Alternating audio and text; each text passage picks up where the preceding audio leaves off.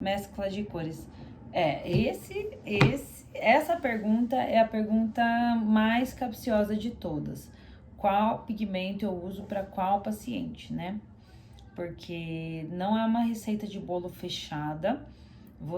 Eu tenho o hábito de sempre misturar pigmentos, eu nunca faço um pigmento só para cada paciente. Não, Ana Paula, não uso a técnica de usar misturinhas prontinhas, tipo areola 1, areola 2, areola 3, areola 4. Eu me adaptei de uma forma um pouco diferente dessa, tá?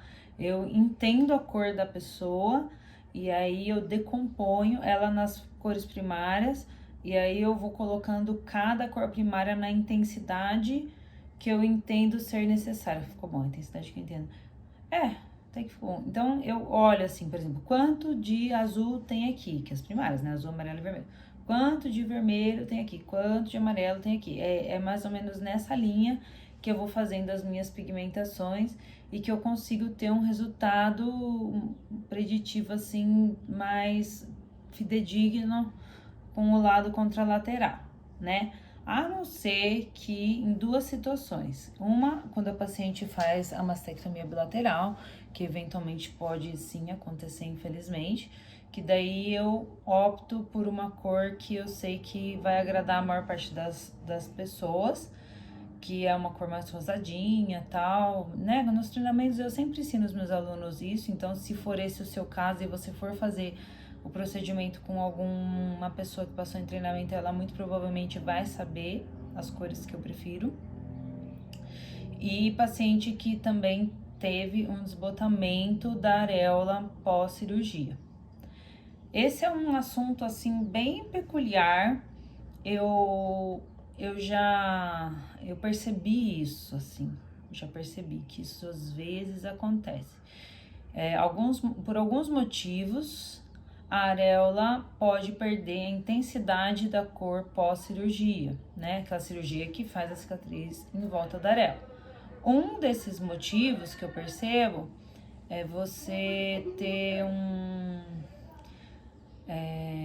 uma perda da vascularização da areola, um pouco, né? Então, quer dizer, antes a areola tinha uma irrigação muito exuberante e daí ela vai perdendo essa quantidade exuberante de sangue, então eu percebo que ela fica um pouco mais pálida, né? Um pouco mais acastanhada, um pouco menos avermelhada. Uma segunda situação que gera essa areola mais clara é você diminuir a influência hormonal, né? Então, eu percebo que pacientes que tomam há muitos anos ou começam a tomar o tamoxifeno ou esses bloqueadores hormonais necessários para o tratamento do câncer de mama em alguns tipos específicos, né? Que tem uma patologia específica que é sensível ao hormônio, por exemplo. Eu percebo que essa ausência do hormônio desbota a areola a longo prazo, né? E o que eu percebi que é realmente esperado, né? Porque quem já engravidou sabe que a areola muda de cor na fase da gravidez. Eu percebi isso em mim, percebo isso nas minhas pacientes. A areola, ela fica mais escura, né? Por uma interferência dos hormônios. E aí, quando você também tira essa interferência dos hormônios, eu imagino que seja por isso que a areola clareia. E por que isso é importante? Porque às vezes eu faço a pigmentação na cor exata da areola e aí essa paciente volta ali depois de 2, 3 meses, porque começou a tratar hormonalmente e essa areola ficou mais escura do que o lado de lá, a areola que eu fiz. A notícia boa é que a longo prazo essa areola tende a clarear. Então, se essa paciente não quiser fazer nada, vai clarear depois de um tempo e elas vão ficar simétricas por muito tempo. Vai demorar para ela precisar fazer comigo de novo uma nova sessão.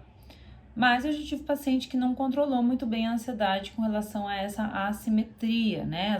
Às vezes o marido também se incomoda e tudo mais. Então, daí a gente tende a colocar um pouco de pigmento mais claro para tentar clarear essa areola. Agora, se eu fosse dizer para você se é fácil clarear uma areola, não é, né? É mais fácil escurecer do que clarear. Por isso que para todo mundo que passa em treinamento comigo eu falo, se for para errar, erra claro, não erra para escuro. Se for errar, erra para menor, não erra para maior. Isso é óbvio, mas na hora que a gente fala, a pessoa fala, nossa, verdade, né? Porque se eu precisar aumentar é fácil, se eu precisar escurecer é fácil. Agora o duro é trazer pro claro e trazer pra menor, né? Que assim, se tem uma coisa que você não deve fazer em uma areola é aplicar laser. Uma areola que a gente fez micropigmentação. Você deve evitar aplicar o laser, porque sim, o pigmento tem alguns componentes que corre o risco dessa areola ficar mais escura. Então, se você fizer uma areola, se você fez uma areola, ficou maior e ficou mais escura, olha, infelizmente eu acho que você deveria sugerir a paciente para pigmentar a areola normal dela, né? Ou ter paciência de esperar. Tem paciente que tem paciência de esperar, ela tende a clarear a longo prazo. Ou colocar um pigmento mais claro e tentar colocar um pigmento cor da pele para tentar clarear esse pigmento escuro que você colocou. Mas daí você já se prepara, porque não vai ser um retoque, nem dois, nem três. Vai precisar de vários retoques para você alcançar, então, esse objetivo de ficar as duas bem parecidas. Agora, cor é a única coisa que ainda tem um pouco de curva de aprendizado, porque por mais que eu ensine para vocês todas as cores que vocês devem usar, e eu trabalho com, deixa eu ver, 4, 5, 6, 10 cores, né?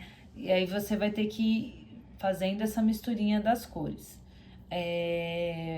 10 cores, pensa quantas combinações você vai ter para trabalhar, né? Por que tem tantas combinações? Porque sim, nós temos muitas cores de areolas diferentes nas mulheres, né?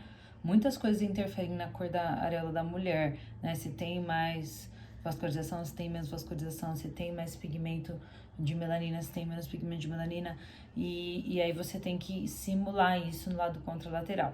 E eu acho que a minha técnica de pigmentação de areola tem como diferencial principal a simetria de cores, né?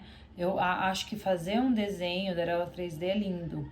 Eu acho que o mais difícil mesmo é você transformar esse desenho de areola 3D que você fez em uma real reconstrução de areola. Uma simetria perfeita com areola contralateral.